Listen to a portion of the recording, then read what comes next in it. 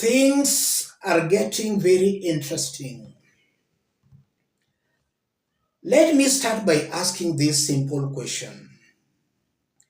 If a gubernatorial election was to be held in Nairobi, who do you think will win that election? Who will be the governor? So far, we have 5 candidates whose names are being mentioned. We have the sitting governor Sakaja, we have Babu Owino, Embakasi North MP James Gakuya, we have Westlands MP Wanyonyi, and then we have Evans Kedero. Those 5 candidates, their names are being mentioned. Who do you think will emerge the winner if an election was to be conducted today in Nairobi? That's a question that has been answered by Mizani Africa. Mizani did an opinion poll, and the findings are very interesting but very shocking. Let's have a look at the findings. Mizani Africa, they are asking this question: if elections were held today, who would you vote for as the next governor? Mizani, March 5th, 2025. You are seeing Honorable James Gakuya leading with 25.7%, followed by Honorable Dr. Babu Owino with 21.3%. The third one comes in Governor Johnson Sakaja with 16.5%. So if an election was to be held today, James Gakuya, Embakasi North Member of Parliament, will win, followed by Honorable Dr. Babu Owino, and then Sakaja will be number 3. I want us to understand what's happening here. And I want us to have a look at the ODM strongholds. Who are they voting for in Nairobi? And then we look at the mountain strongholds. Who are they voting for in Nairobi? And that's very important for these candidates to understand their support basis.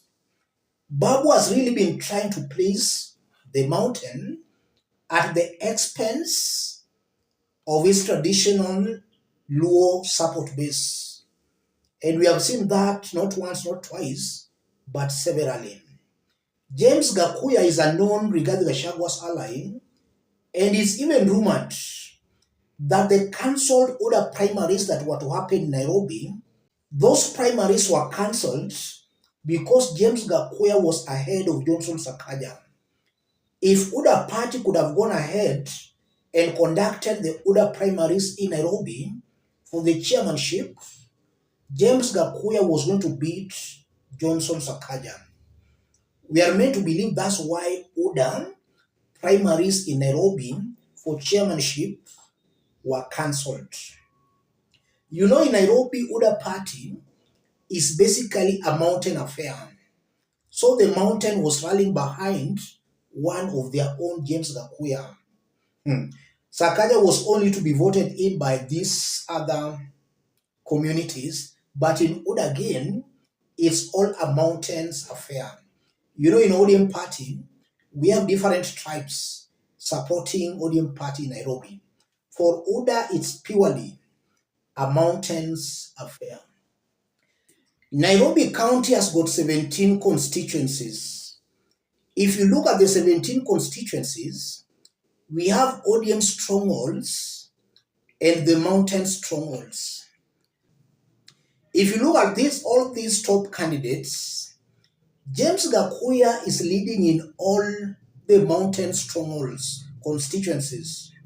Babu Owino and Sakaja are sharing the ODM strongholds.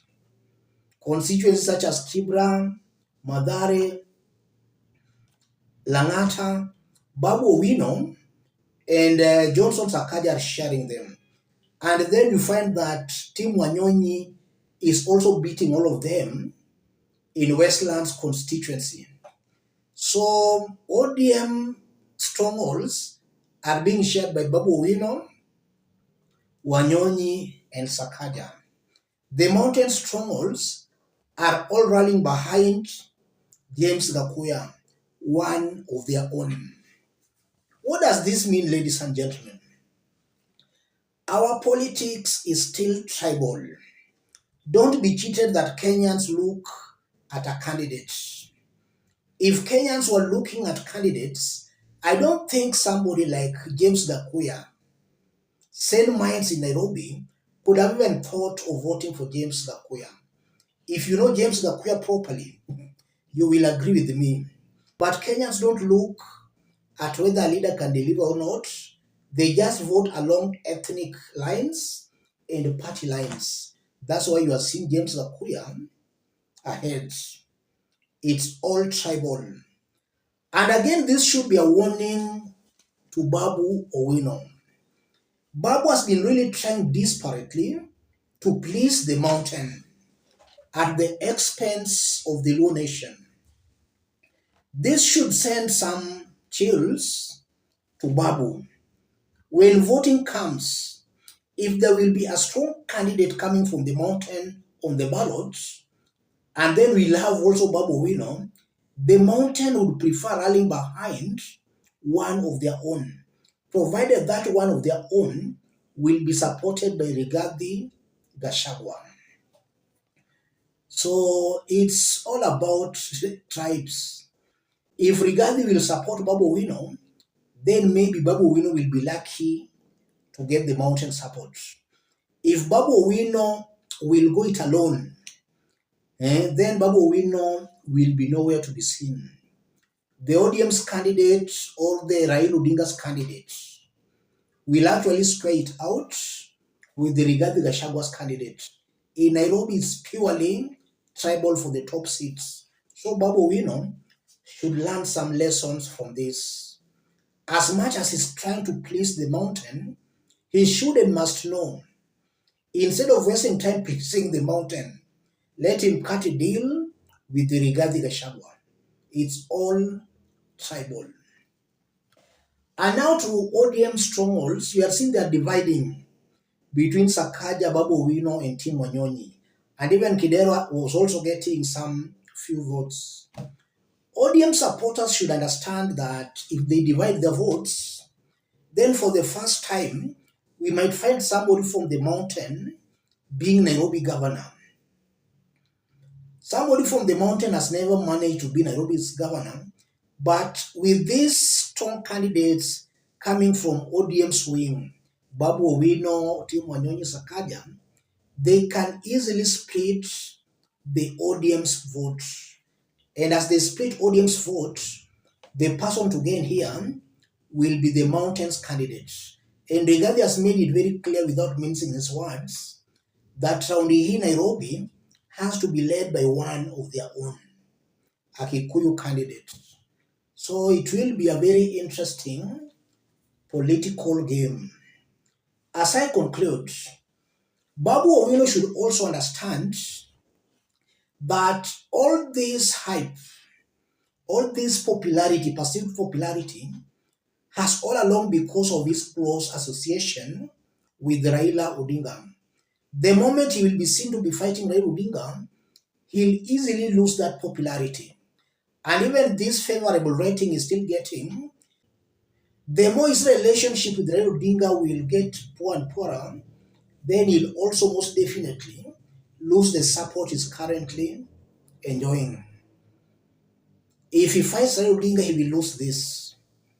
And you'll see Johnson Sakaja coming up, taking away the support Babu Owino is currently enjoying in Nairobi. That's the truth, ladies and gentlemen. Let me stop it there. If you are watching us but you are not yet subscribed, subscribe, give the video a like. Any person watching us outside Kenya, drop a comment, let us know from which part of the globe you are watching us from. If possible, subscribe, give the video a like. This clearly shows our politics is tribal. Kenyans don't look at what a leader can do or what a leader has done. Kenyans don't look at the integrity of leaders they normally vote in. They look at political parties and they look at where their ethnic political leaders are. That's the painful truth. Let's meet in our next analysis. Thank you.